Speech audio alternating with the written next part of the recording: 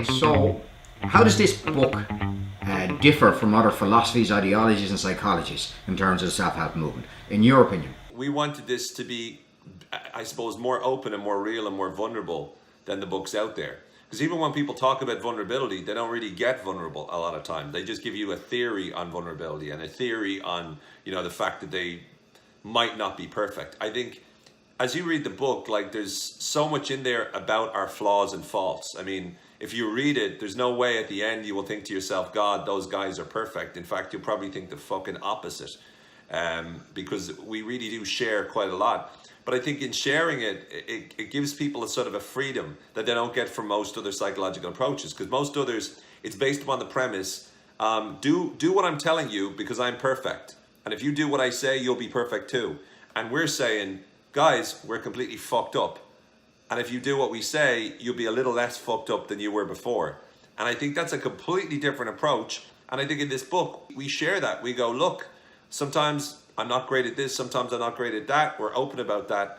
And I think that's freeing. People like to have this position of fucking perfection.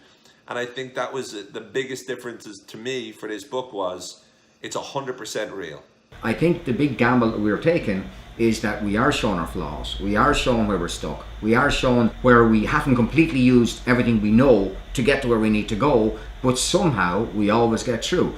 And the big measure, and in fairness, the big measure that we've got is that we can say that we're happy people in general. That our lives are good, the quality of our lives are good, and the reason the quality of our lives are good is because we continue to work on ourselves. But the reality is that we do have a formula that actually works most of the time. But there's another side to it, insofar as that this is who we are. So you can't really, either you like us or you don't. And after that, no apologies needed. You know what I mean? Basically, it's, as you'd often say sometimes, different flavors of ice cream. I'm definitely vanilla ice cream. Do you think if I say that I'm vanilla, do you think that makes me sound boring? It's very bland. What if I say cookies and cream? That'd be a lot better. I'm more cookies and cream and you're strawberry with chocolate pieces. I could say with dark chocolate, because that would be sort of a hint of fun and a dark side. But also dark chocolate's kind of the expensive chocolate, isn't it? So, but not only that, the research says that smarter people like dark chocolate. Really? No, I just made it up. We can make up quite a lot of stuff in this. I mean, we have made up a lot of stuff in this book. 95% of all statistics we use in this book are made up on the spot, is it?